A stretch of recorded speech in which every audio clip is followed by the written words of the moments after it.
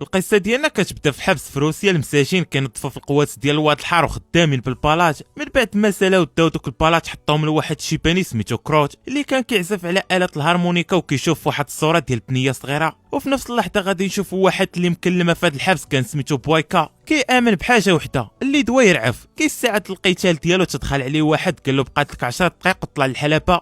بويكا حقد قال له سير قول لهم انا جاي. وفي الجهه الثانيه غادي نشوفوا واحد البطل ديال الملاكمه اللي سميتو جورج كيدير في واحد الاشهار ديال واحد المشروب. معاه قالوا ليه اكسيو. قال لهم اعزائي الكرام اعزائتي الكرام، اليوم جبت لكم اخر ما كاين. اضرب هاد القرعه مع شلايد ونوت نايد. المخرج كعا واسي قلنا لك ديرنا اشهار على القرعه ولا على شلايد؟ حنا قلنا لك هضر غير على القرعه ما تزيد حتى شي حاجه من راسك. بداو كيتزايدوا في الهضره منك جورج فرشخ القرعه ما بقى عندي ما ندير بهذا الاشهار. تدخل المدير الاعمال ديالو برد القضيه وهضر معاه. انت راه ما بقيتيش بطل العالم، دابا راك دخلتي العالم المزاليط. الفلوس ما بقات عندك، سلك معاهم داكشي اللي قالوا لك ديرو. اشهار مور اشهار تعاود توقف على رجليك. شاف راسو على ابواب الميزيريا وافق يكمل معاهم. وفي نفس اللحظه غادي نشوفوا واحد سميتو كاكا زعيم عصابه وداخل العالم القمار كيتفرج في القتال اللي غادي يبدا ديال بويكا. وغادي نعرفوا بلي هو اللي كينظم القتالات في الحبس من المدير حتى الاخر حارس كلهم مدبر عليهم ومخليينه يدير ما بغا. سول المساعد ديالو انت غادي يبدا القتال. قالوا دابا غادي يدخلوا للحلبه وكلشي مقمر على بويكا رابح. فقال له هادشي كيعني اننا خاسرين في هذا القتال. قال له غير تهنى المدير الحبس ماركوف راه جايب واحد غادي يسالي مع هاد بويكا. كاكا قالوا نفس الكلام في كل قتال كنسمعوا باقي ما القاعده اللي غادي يسالي معاه. المهم رد البال مع البث اللي تقطع على المشاهدين ديالنا. وفي نفس اللحظه بويكا داخل والجماهير كيغوتوا بسميتو عارفينه فتاك اللي حكمو ما كيرحموش. والحكم طلع للحلبه وكيقدم في المقاتلين. بدا باللي جايب ماركوف قال باللي كيوزن 107 كيلو رابح 13 انتصار على التوالي بدون هزيمه وسميتو ديفيش. اطلع للحلبه والجمهور كيغوت دبرتي فيها الليله من عند بويكا. والحكم قدم بويكا 97 كيلو رابح 37 انتصار على التوالي بدون هزيمه.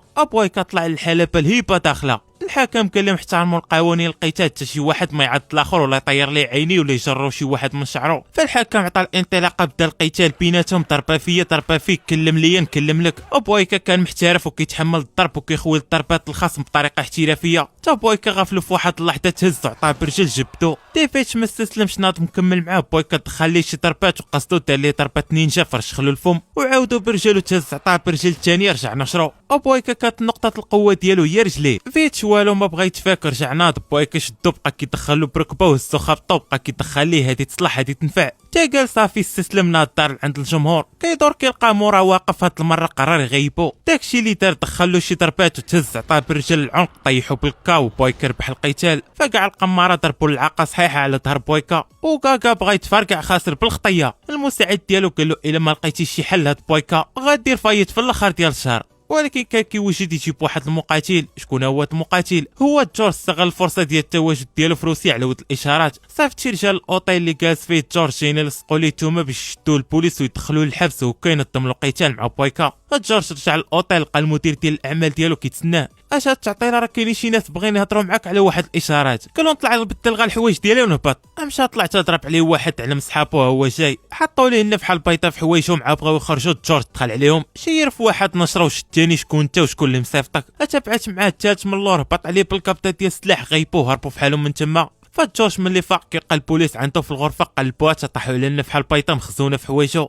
جورج قال لهم راه هادشي ماشي ديالي راجعوا كاميرات المراقبه. قالوا ليه راه ما كاينش الكاميرات في هذا الاوطيل. في المدير الاعمال ديالو قال له اش هادشي. قالوا راه داروا ليا مصيده. فاستسلم الامر الواقع. ضربوا له ميناط وخرجوا طلعوا للصافي داو للحبس اللي فيه بويكا. اللي كيسمع الخبر على جورج جابوه فهم بلي غادي يكون عنده قتال معاه. خرج طلع عليه حاقد وبعينو كيقولوا كنتسناك. فجروا الحراس داو عند المدير ماركوف اللي قال له كنت من المشجعين ديالك فراني عارف ملي دخلتي للحبس في امريكا خسرتي الشعبيه ديالك. ولكن حنا كنحترموا المقاتلين فرحت انت واحد منهم وغيكونوا عندك نفس الامتيازات اللي عند المقاتلين. قالوا انا ماشي مقاتل وقريب نخرج من هذا الحبس ما غنطولش معكم هنا. فداو الحراس الحمام ياخذ دوش كيلقى ما بارد. قال لهم ما غندوش بهذا الماء طلقوا السخون. فجبدوا الزراوه الدوره وشدهم فرشخهم بثلاثه. فرئيس الحراس جاب ليه فريق. فجورج سمكا وضربه بتدويشه بالماء بارد. من بعد داو الزنسانه ديالو اللي كان غيتقاسم مع واحد سميتو ستيفن. معاه قال له مرحبا بك رونا عليه. نعسوا نهار التالي الحراس كيفيقوا في المساجين باش يمشيو يفطروا. جورج جابت عليه بنعسه. ستيفن قال له الا ما خرجتيش غادي يسدوا عليك نهار واحد في الظلمه لا ماكله لا شراب. فناض لبس الصباط ديالو وخرج لقاعه الماكله كاع المساجين كيشوفوا فيه، ما تسوقش لهم ومشى شد الصف تداس من حداه كروت بكرسي متحرك. وبنادم عوار ما كتشوفش. ستيفن قال له راه ماشي عوار، راه مسنسن شويه عايش لتحت الحبس كيطلع غا فوق القيته ديال الماكله، ما ديش عليه. تا وصلاتو النوبه خدا الماكله ديالو داز من مورا ستيفن، خدا الماكله وعطاو النفحه البيضه يبيعها لداخل، ومشى جلس مع جورج كيقولوا لي الشرف نتقاسم الزنزانه مع بطل ديال الملاكمه. اتا دخل عليهم بويكا الهيبه داخله، كاع المساجين ناضوا عطاو التحيه الا جورج ما مسوقش ليه وجالس كياكل. ستيفن كيقولوا نوض راك غدبر فيها معاه، ما بغاش ينوض. بويكا صيفط له واحد من رجالو مشى لعندو، نوض قاعد وقف. جورج شير فيه اللوجه وناض هز كاس، قال له انت هو بويكا، هاد السميه ديال شي كلب. وبويكا قال له سمعت كنتي بطل من قبل، ولكن هنا انا هو البطل ومكلمها، اللي كيقول انا كاين يطلع للحلبه نفاريوها.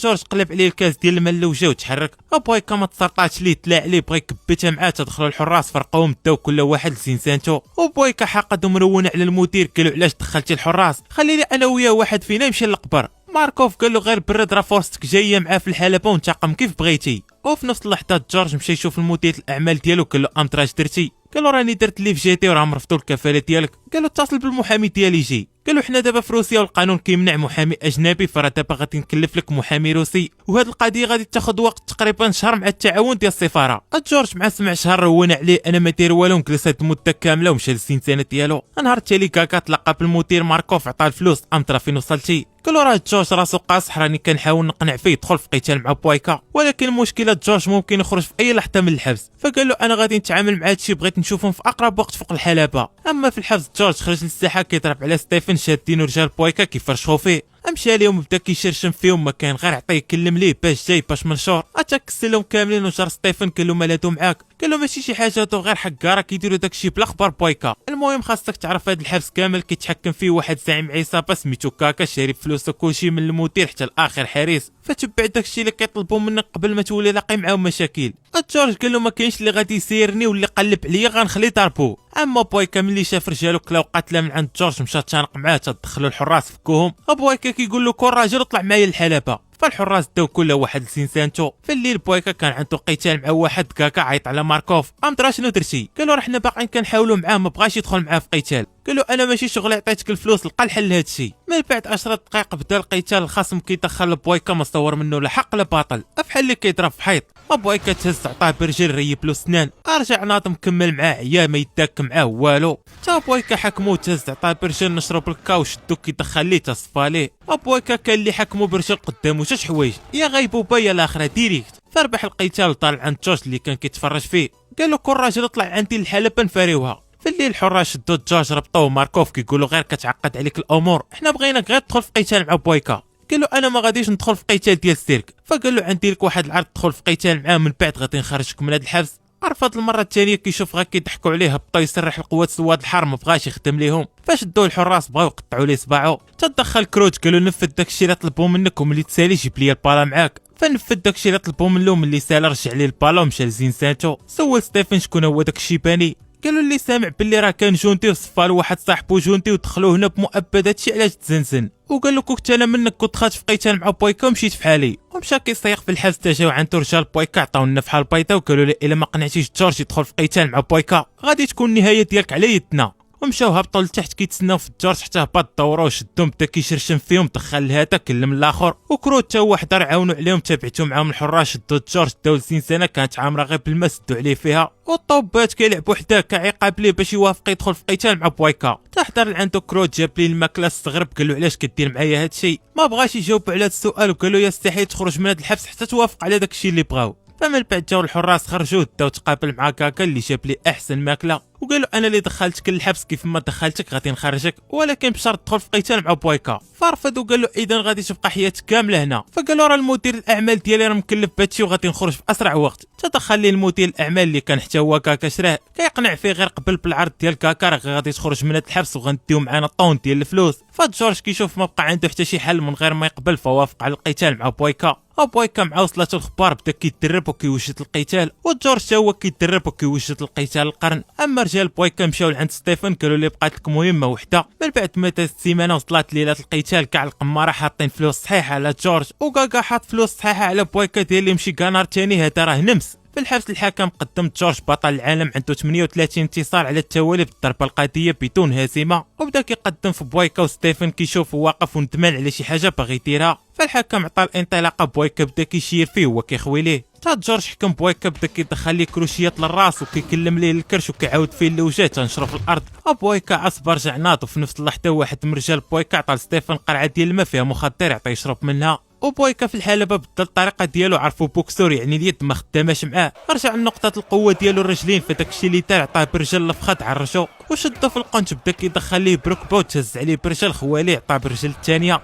جورج كلا قتله بالرجلين وشروا لعنتو تتلاحوا من الحلبة وسالت الجوله الاولى. فالحراس رجعوا من الحلبة وستيفن عطى لجورج القرعه الماء شرب منها ورجع للقتال. كروت كان كيتفرج، عرف جورج خاسر ملي شاف القرعه اللي عطاو رجال بويكا. فبدات الجوله الثانيه، جورج داخل ما بقى كيشوف والو، بويكا تا هو ما فهم والو شنو وقع ليه، ولكن استغل الفرصه بدا كيدخل ليه وتهز عطاه برجل نشرب بالكا وربح القتال. فمن بعد جورج فاق ما فهم والو شنو وقع، لقى كروت قدامه سولو، قالوا راه خضروك باش تخسر القتال. ففهم بلي ستيفن هو اللي من مور هادشي، مشى كيقلب عليه لقاه في سينسانتو مصفي راسو ومخلي له رساله كيطلب منه السماحه. ففهم بلي هما اللي ضغطوا عليه يدير هادشي، مشى لعند بويكا رون عليه قدام المساجين، كلفتي رجالك يعطيو ستيفن مخدر باش نتخدر وتربح القتال.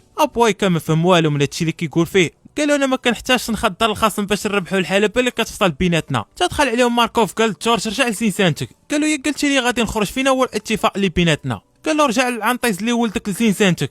جورج شير فيه بديريكت تلاحو، فقال الحراس كتفوه في الثلج بلا ماكله بلا شراب، جروه للساحه ربطوه وخلاو تما منو للثلج والبرد. اما بويكا جمع رجالو قال لهم شكون فيكم اللي عطاه مخدر، وهنا غادي نعرفوا بلي بويكا ما فراسو حتى شي حاجه من هادشي، واللي من مور هادشي كامل هو داك النفس ديال كاكا. المدرب ديالو قال له راه ما فراسينا والو، فاعترفوا جوج من رجالو بغينا غنعاونوك. بويكا كعك قال لهم انا كنبغي نربح بدراعي، ما كنبغي حتى شي واحد يعاونني، بغيتو طيحوا القيمه ديالو قدام السجناء. شاد الاول طادق ليه راسو صفالي، والثاني ضرب له جوج صباع في قرجوتو تا هو صفالي، وقال لي بقاو ما نعاودش نسمعكم درتو للخصم ديالي شي حاجه. وفي نفس اللحظه المدير الاعمال جورج عند كاكا قال له انت غادي تخرج جورج من الحبس، قال له شحال بغيتي ديال الفلوس، فقال له عطيني غا باليزه وديك الساعه منك ليه. فعطى ديك الساعه باليزه عامره فلوس، خرجت طلع الطوموبيله بعتات مع وحده صيفطه كاكا صفاتي ليه ورجعت الفلوس لمولاها. اما جورج في الحبس تجمد بالبرد، المساجين شافوه حطوا عليه واحد الماطا تسخنوه عطاو يشرب وكلوه. من بعد ضرب عليه واحد الحارس مغطينه من البرد، مشى على ماركوف حضر وجمعوا ليه كاع السجناء قدامه وقال لهم شكون اللي غطاه فيكم من البرد يخرج لعندي لهنا. فكلهم المساجين زادوا لعنده القدام. ماركوف قال لهم كلكم متفقين، فالعقوبه ديالكم غادي تباتوا كاملين واقفين هنا هاد الليله. النهار التالي حضر كاكا للحبس، ملي سمع ماركوف اش دار في جورج رون عليه، كنخلصك ودير داكشي اللي قالك راسك، سير جيب لي جورج دابا.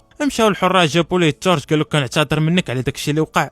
جورج قالوا الاتفاق اللي كان بيناتنا ندخل في قتال مع بويكا وتخرجني من الحبس، قالوا هذا ماشي هو الاتفاق اللي كان بيناتنا، انا قلت لك خاصك تربحوا وديك الساعه غنخرجك، هذا وعد مني لك تربحوا في القتال الجاي نخرجك من هنا. فقال له انا موافق، ولكن بشروط ما نتخطر لا انا لا بويكا، وبغيت القتال يكون فيه نزاهه، والشرط الثاني والاخير تجيب جواكت لكاع المساجين. فنفذ داكشي اللي بغا، جاب لكاع المساجين جواكت وتحدد النهار اللي غادي يكون فيه القتال. فجورج بدا كيدرب هو وبويكا وكيوجدوا القتال، وكروت ملي سمع بلي جورج هو اللي كان سبب باش جاو هما جواكت قرر يكون هو المدرب ديالو، قال له غادي نعلمك شي حركات ديرهم، قال له انت بطل في البوكس، والبوكس كتخدم غير باليدين يعني الرجلين انت ما كتعرفش فيهم، وبويكا نقطه القوه ديالو هي رجليه، غادي نعلمك شي حركات ربما تنجح فيهم معاه. فوافق بدا كيدرب بيه، وتفكر بويكا كيفاش كان كيضرب برجليه والتضربه ما كانت كتزقل ليه. فكروت قالوا الحاجه الوحيده اللي غادي توقف بها الخطوره ديال بويكا هي غادي تهرس له رجل، ومن بعد غادي دير فيه ما بغيتي، الا نجحتي تهرس له رجل نضمن لك ربحتي القتال. فعلموا حركات اللي يقدر يطبقهم معاه وتدرب على رجلين، وبويكا تا هو كان كيدرب بالليل وبالنهار كيوجد القتال. من بعد جورج دخل على كروت، لقى كيشوف الصوره ديال البنيه الصغيره،